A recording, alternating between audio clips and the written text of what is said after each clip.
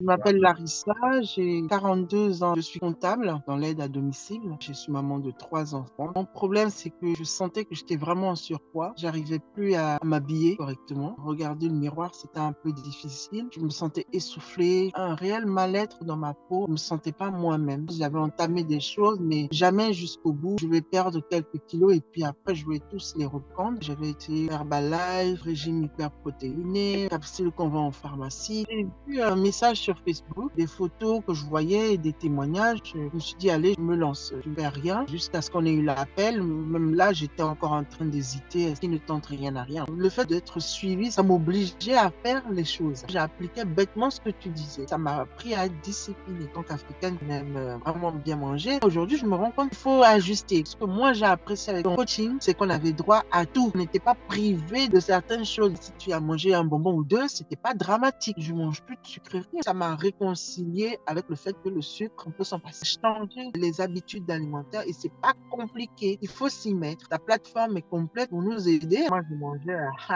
je sais quoi, un bon foutou, une bonne sauce graine. Je me rappelle avec cette discussion avec Audrey sur le gombo là.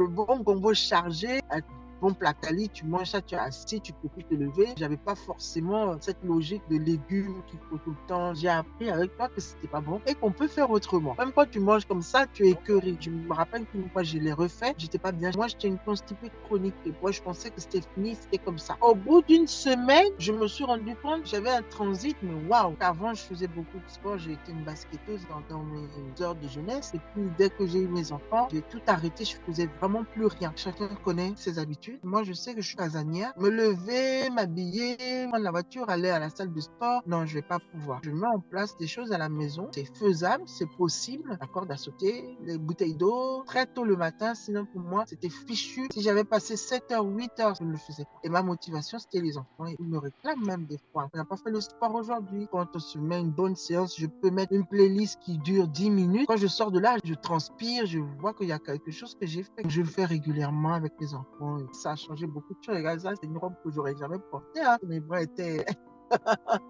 j'ai juste reporté des choses que je portais plus du tout. C'est agréable de rentrer dans des vêtements qu'on avait avant, de pas se sentir boudiné, de pas se sentir mal, de se sentir tout simplement bien réconcilié avec nous-mêmes. Ça fait du bien. Ce que je mets en place, c'est de faire les choses pour moi. J'ai des enfants, des obligations professionnelles. Je me débrouille pour dégager du temps pour moi. Ça ne me culpabilise plus de savoir ce qu'on veut réellement. Au bout de 6 mois, j'ai perdu 15 kilos et plus de 80 centimètres en taux de taille, de bras, de cours et j'ai moins les joues gonflées. Pour te dire vrai, je m'en fous même de la balance. Elle est coincée, elle est poussiéreuse. Même j'ai dit que tu vas rester là, c'est tout. Le coaching était vraiment adapté à moi. Dans ton groupe, on est de différentes cultures, on mange différemment. Prends un exemple concret. Avec les Occidentaux, on va te dire non, faut pas manger des féculents, faut pas manger ci, faut pas manger ça.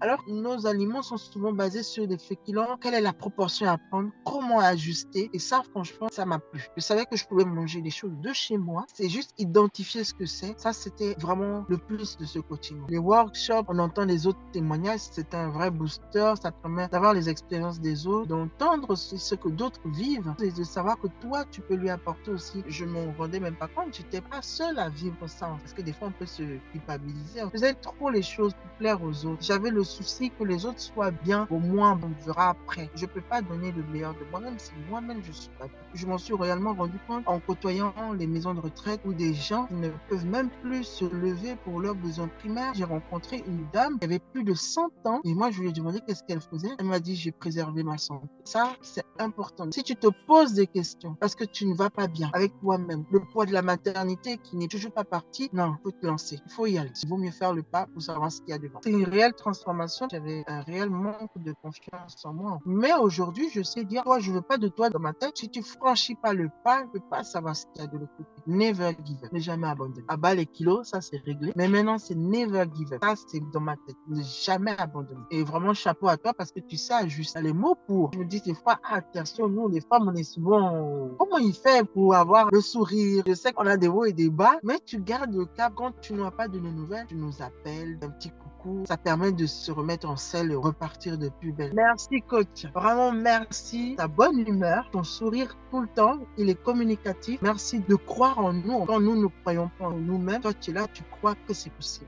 Ah, merci.